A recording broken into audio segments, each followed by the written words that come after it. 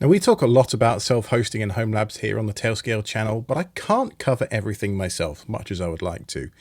So in today's video, I want to introduce you to this GitHub repo called ScaleTail. This is a bunch of pre-configured Docker Compose snippets with Tailscale sidecars already wired in. This was created by a couple of wonderful community members called Bart and Jack. Big thanks to them. All you have to do to get started with one of these apps is add an auth key into the Docker Compose file and you are done. So in today's video, I'm going to show you how that works. But before we dig into that, I need to remind you that Tailscale Up, our user conference, is back for 2026. It's happening in San Francisco on August the 26th. Now you can attend virtually for free, but if you want to attend in person, you can use the code ALEXSENTME, all one word, for 20% off at tailscaleup.com. Now, as I said in the intro, huge thanks goes to Jack and Bart for the bulk of the work on this ScaleTail repo. This is one of the Tailscale community projects, so if you go to tailscale.com/community, I'll put a link to this in the description, you can search for all sorts of interesting Tailscale projects. There's lots of fun stuff in here. You can see ScaleTail is just one of the options that's here. And maybe we should dig into some of these in future videos. If there's one on this list that you would like me to do a deep dive on, leave a comment down below and we'll do it. So we're going to look at ScaleTail today. You can find a link to the GitHub repo in the description down below. And the thing you want to do first of all is look at the services folder that's here. And essentially, this is the list of all the applications. They do accept PRs if you want to add an app that's missing, by the way. This is a list of all the applications that I've either covered in a video or that Jack and Bart think are worthy of inclusion in this repo. Let's pick one at random. A really easy one, hopefully, because why not? LubeLogger. Okay, this is one I've been meaning to actually cover on the channel for a while. This app called LubeLogger.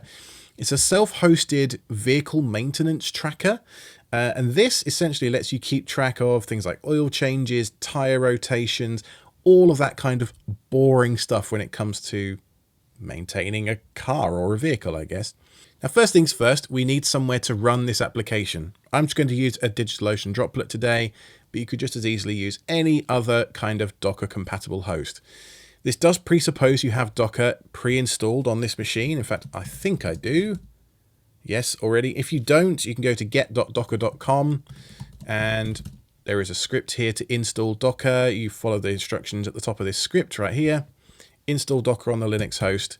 And then that gives you access to the Docker Compose command that we're going to need for today's video. So there are a couple of ways to do this. You can copy the files manually back and forth, or you can clone the repo onto your box. It's entirely up to you what you want to do. But I'm just going to copy these files because there's only a couple. So I'm going to go onto my remote DigitalOcean node right here. Make this a bit bigger for you all. And then I'm going to make a directory called LubeLogger. That name. Okay, so I'm in a directory called LubeLogger. I'm going to create my compose.yaml file next. I'm going to paste in my compose file. And you can see here that I should probably break down the anatomy of this compose file a little bit. We have all of the stuff here that's required to get this service onto your tailnet. And there are a few benefits from having a service on your tailnet like this. You can use Tailscale Serve out of the box, which means you don't need a reverse proxy configured anymore. You can just use the service.funnyname.ts.net instead of having to pay for a custom domain and wire up a reverse proxy and all of that stuff. It's all configured for you out of the box using Tailscale Serve. And then the actual application itself, it actually takes less configuration than Tailscale does. And you can see here it links up with the Tailscale service and it's all good to go. Then there are some configuration variables in the .env file, which we'll come to shortly. But essentially, copy and paste the compose file from the GitHub repo to where you want to go and make any customization changes that you need. Everybody's environment will be slightly different, so I can't exactly go into perfect detail about every single knob and dial and parameter that you can tweak here. But what I can do is help you create your .env file. So in the same directory as the compose file, you need to put this .env file. And this is where you configure all sorts of useful things like the DNS server that LubeLogger is going to be using, your Tailscale domain name for, well, LubeLogger needs to know what its fully qualified domain name is going to be, etc., etc. but also the most important thing to get the thing on your tailnet is to give it an auth key. And you can think of an auth key a little bit like a password to say, hey, when I spin this container up, how do I attach myself to Alex's tailnet? Well, it's using that auth key. So I'm going to copy this raw file to my clipboard, paste it into here, make a few changes. For example, maybe I don't want Quad 9, maybe I want Cloudflare, so I can just do that. And then for my auth key, I go to tailscale.com. I get logged in with my free account, 100 devices and 3 users for free as always. I go to settings and then keys and generate an auth key and copy that to my clipboard. And this key is essentially a password. So don't commit it to GitHub as an open secret. Don't paste it on an unencrypted chat. Don't give it to ChatGPT even. Treat it like a password. Okay, this is the guy that's putting this password on a public YouTube video. I know, but I rotate all of these secrets before I publish these videos. So you are welcome to try, but this secret will not work. Then the other thing we need to do is modify the your TS domain. So where do we find that? Well, we find this in the Tailscale admin console. So if we go to DNS up here, you need to do a couple of things. First of all, we've got to make sure that HTTPS certificates are turned on and also make sure that Magic DNS is turned on. Then we'll go to the rename tailnet option right here. You may well have already done this, and if you have, you don't need to follow this step, but you can see out of the box, every tailnet's given this kind of generic name. Mine was 6E5BF. I personally prefer Velociraptor-Noodlefish, and the anatomy of that is something with a tail and something with scales.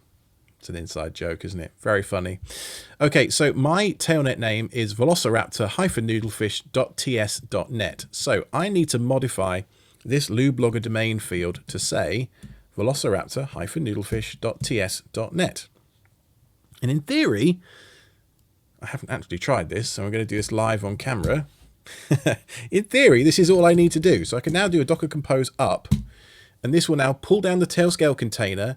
It will pull down the LubeLogger container, start them up, attach them to my tailnet, and then make it so that I can connect to LubeLogger over Tailscale from anywhere in the world with no ports open in any firewalls, and it's only accessible to me on my tailnet. Even though this is running on a public VPS on DigitalOcean, there is no way you could connect to this without having a connection to my tailnet, because Tailscale Serve only exposes this service to you on your tailnet using the cryptographic underpinnings of WireGuard. It's pretty cool stuff. So where do we find the name that we want to connect to? Well, in the services file, you will notice in Compose, we gave this thing a name. The host name was the service variable, and this service variable comes from the env file over here. In our case, this is LubeLogger. So if we go to the machines on our tailnet now, we should have a node on our tailnet called LubeLogger, and indeed we do. Now I'm going to copy the fully qualified domain name to my clipboard, open an incognito browser, just because sometimes the HTTPS certificates take just long enough that on a video, sometimes things go a little screwy. So I'm going to quit this tab, and you'll see in the background that we're actually gone out now to try and start generating the certificate on the back end.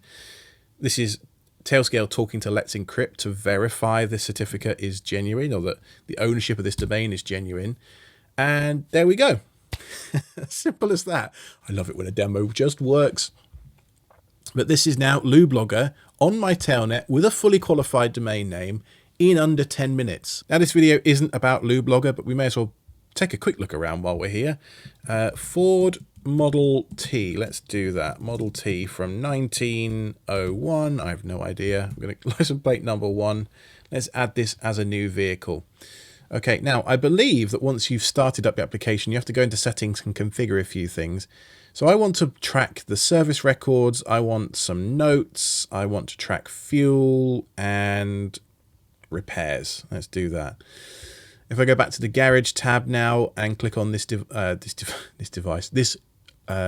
this vehicle, service records, let's add a new service record to say that, you know, at 2,000 miles, I did a oil change. Ooh, select reminder. Yeah. Okay.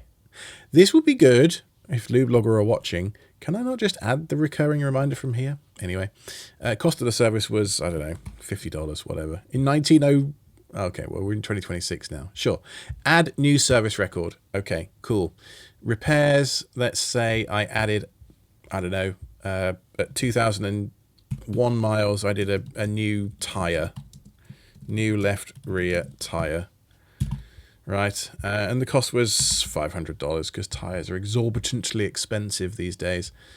And then fuel, yeah, I guess, okay.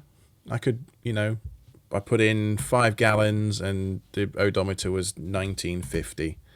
How about that? And the cost of gas, don't talk to me about the cost of gas these days. Cost of gas, $1,000. How about that?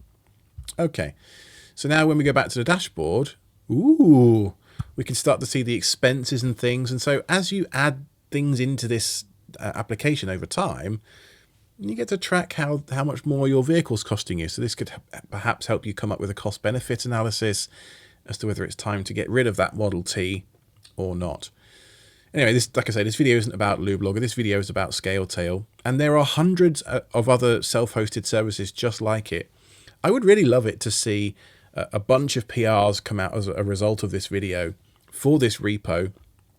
And there are contributor instructions in the repo itself. So if you want to contribute to ScaleTail, please contribute to open source. Make this repo the de facto source of truth for Tailscale Docker sidecar configurations. It already is, but let's make it better together. And if there's a self-hosted app that you want me to cover, find me on Discord. You can go to discord.gg/Tailscale. And until next time, thank you so much for watching. I've been Alex from Tailscale.